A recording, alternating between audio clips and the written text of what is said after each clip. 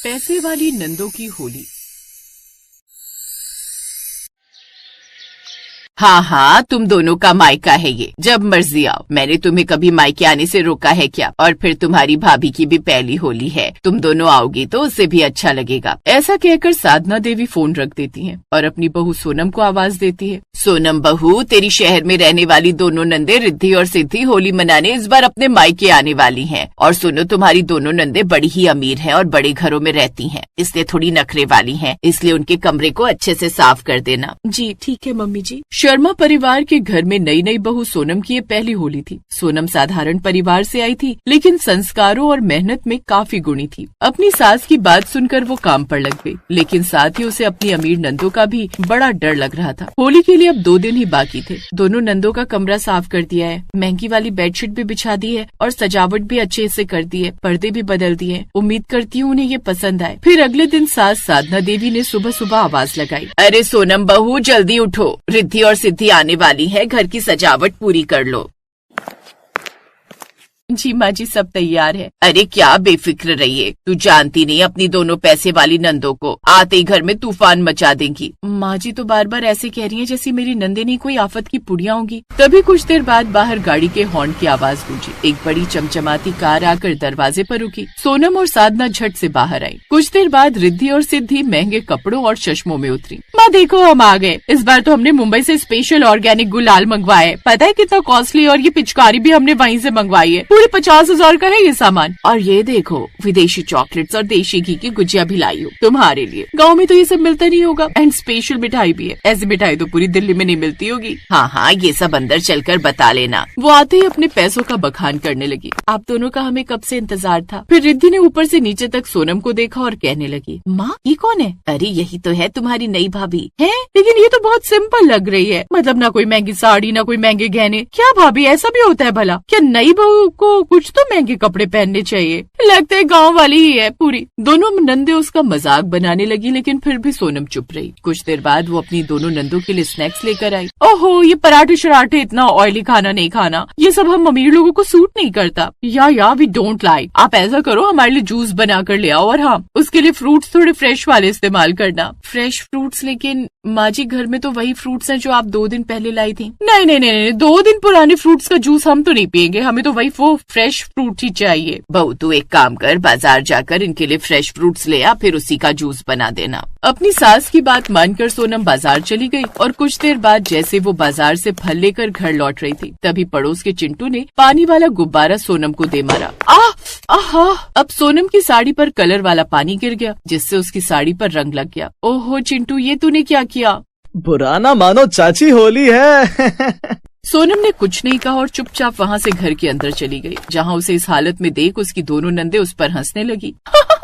देखो क्या हाल कर दिया माँ भाभी का। अरे इसीलिए कहती हूँ, इस कॉलोनी से बाहर निकलो और कहीं अच्छी सोसाइटी में घर ले लो, जहाँ कम से कम ऐसा हाल तो नहीं होगा। चुप कर, यहाँ कोई पैसों का पेड़ नहीं उगा है जो पल भर में जाकर फ्लैट ले ले। ओफो, ये माँ भी ना। खैर भाभी, अब तो आपको अपनी ये महंगी साड़ी उतारनी पड़ेगी। पहले आप चेंज कराओ और उसके बाद ही जूस बनाना, लेकिन हाँ, इस बार जरा ढंग के कपड़े पहनना, समझी? अपनी नंदों की बात सुनकर उसे बड़ा बुरा लगा। फिर वो कमरे में गई और अपनी अलमारी से सिंपल सी साड़ी लाई, जिसे पहनने के बाद उसने दोनों नंदों को जूस बना कर दिया। कुछ देर बाद दोनों अपने अपने कमरे में चली गई और आराम करने लगी। फिर अगले दिन होलिका दहन था। घर में पकवान बन रहे थे। सोनम ने अपने हाथों से गुजिया, दही, बड़े, मालपुए और कचौरी बनाई। कुछ देर बाद रिद्धि किचन में आई। भाभी, तुमने ये सब खुद बनाया? हमारे यहाँ तो शेफ बनाता है। पता है, हम तो बिल्कुल भी इनके घर के काम को हाथ तक नहीं लगाते। दीदी, होली पर पकवान तो अपने हाथों से बनाना ही अच्छा लगता है, और घर की लक्ष्मी बनाए तो उसमें प्यार भी परोसा जाता है, जिससे उसका स्वाद भी अलग हो ही जाता है। अरे रहने दो, ये सब ना बस कहने की बातें होती है। साफ साफ कहो ना, तुम्हारे यहाँ शेफ नहीं है, इसलिए खुद ही पकाना पड़ेगा।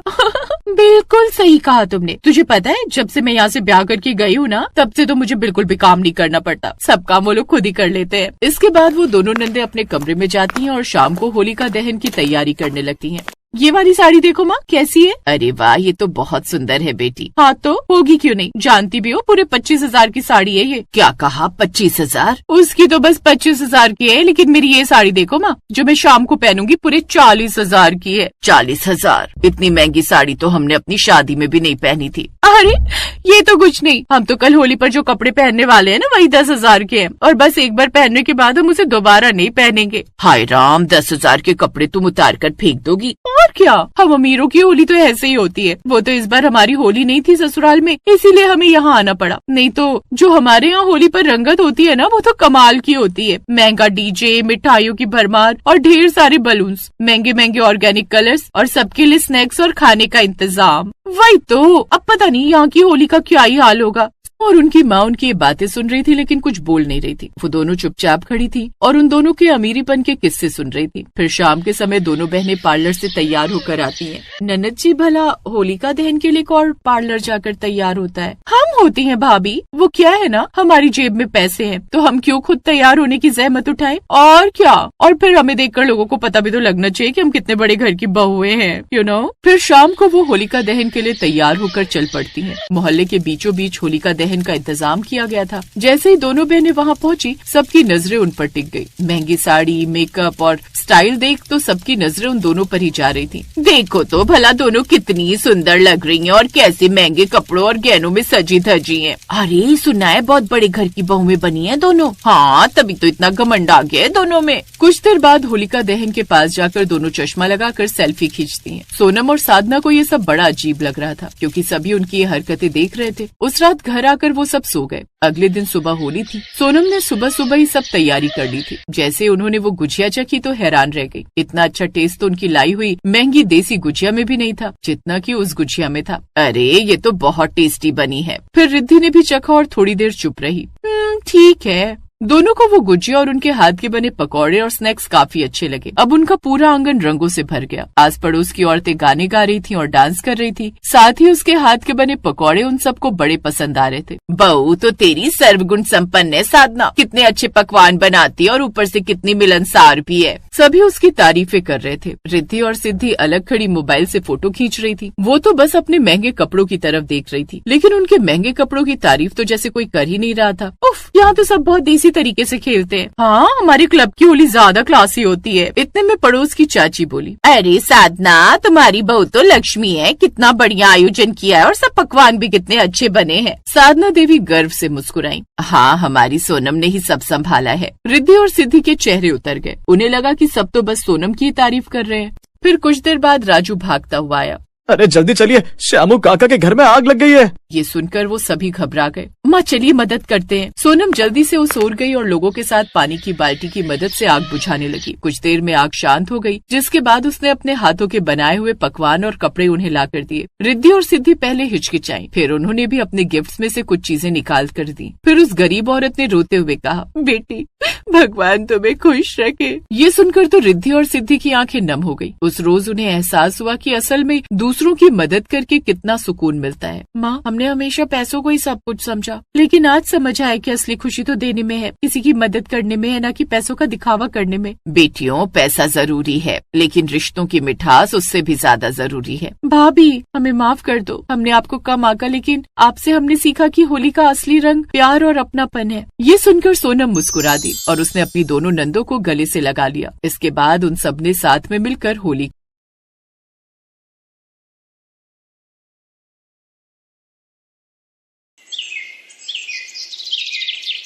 आज नेहा की एंगेजमेंट पार्टी हो रही थी। उसने रेड कलर की बहुत खूबसूरत ड्रेस पहन रखी थी। सारे लोग उसकी ड्रेस को ही निहार रहे थे। उसकी सारी सहेलियां उसके पास आ गई। क्या बात है नेहा, तुमने आखिर 50,000 वाली ड्रेस खरीदी ली? क्या बात है यार, तू तो सुपर से भी ऊपर लग रही है, कहीं नजर ना लग जाए। Thank you thank you thank you thank you thank you so much यार। तभी अचानक नेहा की नींद खुल गई। वो ये सब सपने में देख रही थी। ये सब क्या हो गया? मेरी एंगेजमेंट पार्टी चल रही थी, सब लोग कहाँ चले गए? तभी उसकी भाभी और माँ उसके कमरे में आ गई। ये क्या बड़बड़ा रही है तू, पागल हो गई है क्या? नेहा, तुम्हारी एंगेजमेंट पे अभी पूरा 1 हफ्ता बाकी है और सपने अभी से देखने लगी। इसका मतलब ये सब मैं अपने सपने में देख रही थी। माँ, मैंने आपको जिस रेड ड्रेस के बारे में बताया था ना, मुझे अपनी एंगेजमेंट पे वही ड्रेस चाहिए। तभी वहाँ पर उसका भाई विक्रम आ गया। नेहा, तुम्हें पता है ना वो ड्रेस 50,000 की है। तुम अच्छी तरह जानती हो कि मैं और पिताजी कितनी मेहनत करके तुम्हारी शादी कर रहे हैं, वो भी इतने अमीर खानदान में। फिर भी तुम उस ड्रेस की जिद कर रही हो। अपनी भाभी को देखो, बेचारी फटी साड़ी में रफू करके पहनती रहती है। भाभी का क्या है, इनको तो कोई शर्म वरम है नहीं। जहाँ देखो फटी साड़ी पहनकर चली जाती है। लेकिन मैं शादी तभी करूंगी जब वो 50,000 वाली ड्रेस आप मुझे ला कर दोगे, वरना ये शादी कैंसिल कर दो। इतना बोलकर वो बाथरूम में चली गई। शाम को उसके भैया भाभी माता पिता चारों लोग बैठकर इस बारे में बात करने लगे। पिताजी, नेहा तो अजीब सी जिद लेकर बैठ गई है। अब बेटा, उसकी शादी में अभी तक हमारी सारी जमा पूंजी खर्च हो चुकी है। सारा दहेज का सामान भी मंगवा लिया है, लाखों का कर्जा तक हो गया है। अब इतनी महंगी ड्रेस भला कहाँ से ला कर दे। आप लोग फिक्र मत कीजिए, मैं अपनी ननद को समझा लूंगी। दोपहर के वक्त उसके भैया और पिताजी किसी काम से बाहर चले गए। उसकी माँ पड़ोस में लोगों को आमंत्रण देने चली गई। तभी नेहा ने अपनी कुछ सहेलियों को अपने घर बुलाया। क्या बात है यार, मेरी सहेली तो दुल्हन बनने वाली है। और उस 50,000 वाली ड्रेस का क्या हुआ नेहा, जो हमने उस दिन मार्केट में देखी थी? अरे यार, मैं तुम लोग को क्या बताऊं, कल मैंने सपने में अपनी एंगेजमेंट पार्टी देखी, उसमें मैंने वही ड्रेस पहनी थी। तभी वहां पर नेहा की भाभी राधिका चाय लेकर आ गई। उनकी साड़ी थोड़ी सी फटी थी। अरे नेहा, ये कौन है? इनकी साड़ी तो नीचे से फटी हुई है।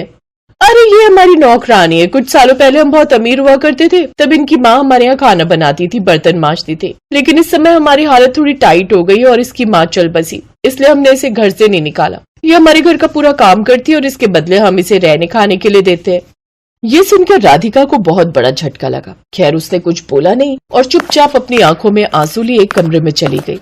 मैं इतने फटे पुराने कपड़े पहनती हूँ ना, इसलिए ननद जी अपनी बेइज्जती नहीं कराना चाहती थी अपनी सहेलियों के सामने, तभी उन्होंने मुझे अपनी नौकरानी बोल दिया। अब मैं तुझे क्या बताऊँ, तेरी शादी के चक्कर में मैंने अपने लिए पिछले 5 सालों से कपड़े नहीं लिए। धीरे धीरे एंगेजमेंट वाला दिन आ रहा था। एंगेजमेंट के एक दिन पहले नेहा ने अपने पूरे परिवार से कहा, माँ, पिताजी, भैया, आप सब लोग कान खोलकर सुन लो। अगर आज रात तक वो ड्रेस नहीं आई तो मैं एंगेजमेंट पार्टी में आऊंगी ही नहीं। ये सुनकर सबसे ज्यादा गुस्सा उसके भाई विक्रम को आया। तेरे अंदर अकल वकल है कि नहीं? तू देख रही है ना कि मैं और पिताजी कितनी मेहनत करते हैं, तब जाकर तेरे लिए इतना दहेज इकट्ठा करा है। पिताजी तो 2-2 दिन तक खाना तक नहीं खाते। इनका चेहरा देखो जरा, और तुम हो कि 50,000 की ड्रेस के पीछे पड़ी हुई हो। ये हमारे ही लाड प्यार का नतीजा है बेटा। बचपन में से 2 थप्पड़ मारे होते तो आज ऐसी जिद नहीं करती। लेकिन इतना सब कुछ बोलने के बावजूद नेहा के कान पर जूं तक न रेंगी। आप लोग चाहे कुछ भी कहो, अगर कल तक वो ड्रेस नहीं आई तो ये शादी कैंसिल। इतना बोलकर नेहा अपने कमरे में चली गई। रात में विक्रम बहुत परेशान था। सो जाइए, इतना परेशान मत होइए, कल नेहा की एंगेजमेंट है। आज रात अगर आप सोएंगे नहीं तो कल काम कैसे करेंगे दिन भर? मैं तो ये सोच सोच कर परेशान हूँ कि अभी तक उसकी वो ड्रेस नहीं आई है, और कल अगर इसने कोई नौटंकी कर दी तो इतना अच्छा रिश्ता हमारे हाथ से चला जाएगा। ऐसा कुछ भी नहीं होगा, कल नेहा की एंगेजमेंट जरूर होगा। ने अलमारी खोली, अलमारी से एक बैग निकाला जिसमें वही रेड कलर की ड्रेस थी जिसके लिए नेहा जिद कर रही थी। विक्रम उस ड्रेस को देखकर हैरान हो गया। ये तो वही ड्रेस है जिसकी जिद नेहा करके बैठी है। ये ड्रेस कहाँ से लाई तुम? वो सब छोड़िए, हर औरत अपने पास कुछ पैसे छुपा छुपा कर रखती है ताकि बुरे वक्त पर काम आए। उन्हीं पैसों से मैं अपनी ननद के लिए ड्रेस ले आई। अब तो आप खुश है ना? हाँ राधिका, अब मैं बहुत खुश हूँ।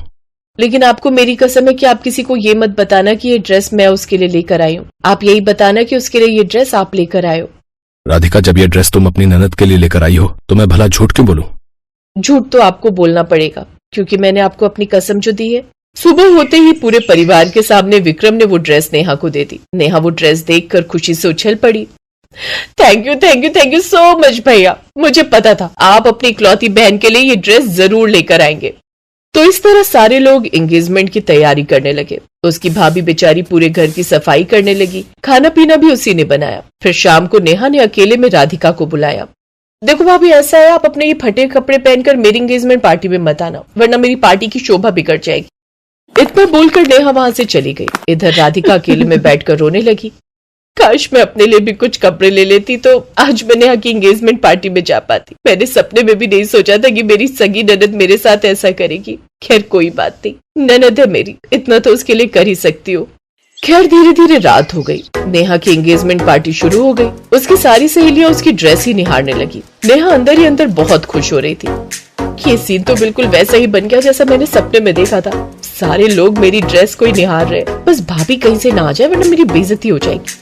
नेहा की एंगेजमेंट शुरू हो गई। दोनों एक दूसरे को रिंग पहनाने लगे, लेकिन विक्रम ने देखा राधिका वहाँ पर नहीं थी। वो भागता हुआ कमरे में गया तो वो किसी कोने में बैठी थी। राधिका, तुम यहाँ क्या कर रही हो? आप चलिए, मैं बस थोड़ी देर में आती हूँ। धीरे धीरे पूरी एंगेजमेंट पार्टी खत्म हो गई, लेकिन राधिका उस पार्टी में नहीं गई क्योंकि उसने नेहा से वादा किया था। अब अगले दिन से उस घर में शादी की तैयारी शुरू हो गई। नेहा ने सोचा, भाभी के सोने के झुमके मुझे बहुत पसंद है, मैं अपनी ससुराल उन्हें लेकर जाऊंगी, जाकर उनकी अलमारी से उनके झुमके ले लेती हूँ। वो कौन सा मुझे मना करने वाली है, बेचारी बहुत भोली है। राधिका घर के कामों में लगी थी। इस बात का फायदा उठाकर नेहा उसके कमरे में घुस गई और उसकी अलमारी खोल दी, पर भाभी तो अपने गहने यहीं पर रखती हैं, उनके गहने कहाँ चले गए। तभी उस अलमारी में नेहा को एक रेसिप्ट मिली। नेहा उसे देखकर हैरान हो गई। खैर, अगले हफ्ते उसकी धूमधाम से शादी हो गई। ससुराल में एक हफ्ता बिताने के बाद नेहा ने एक बहुत बड़ी पार्टी रखी, जिसमें उसने अपनी सहेलियों को, माँ बाप को, भैया को, यहाँ तक कि अपनी भाभी को भी बुलाया। पार्टी शुरू होने से ठीक पहले नेहा राधिका को अपने कमरे में ले गई। वहां उसने अपनी भाभी को एक बहुत ही महंगा लहंगा और ढेर सारे गहने दिए। भाभी, ये सब पहनकर तैयार हो जाओ, ज्यादा सवाल जवाब मत करना। राधिका को कुछ समझ नहीं आया। उसने वो ड्रेस और गहने पहन लिए। नेहा ने वही रेड कलर वाली ड्रेस पहनी। थोड़ी देर में पार्टी शुरू हो गई। नेहा ने सबके सामने कहा, पायल, मोहिनी, सबसे पहले तो ये जान लो कि ये मेरी भाभी हैं, नौकरानी नहीं। भैया, ये ड्रेस आप नहीं बल्कि भाभी मेरे लिए लाई थी, वो भी अपने सारे गहने बेचकर। ये रही उसकी रसीद, मैंने सब पता लगा लिया है। राधिका, इसका मतलब तुम? हाँ भैया, भाभी मैं हर वक्त आपकी इंसल्ट करती रही, फिर भी आपने मेरे लिए इतना सब किया।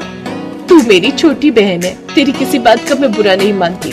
इतना बोलकर दोनों ने एक दूसरे को गले लगा लिया। सारे लोग तालियां बजाने लगे। उस दिन के बाद सब खुशी खुशी रहने लगे। Thanks for watching.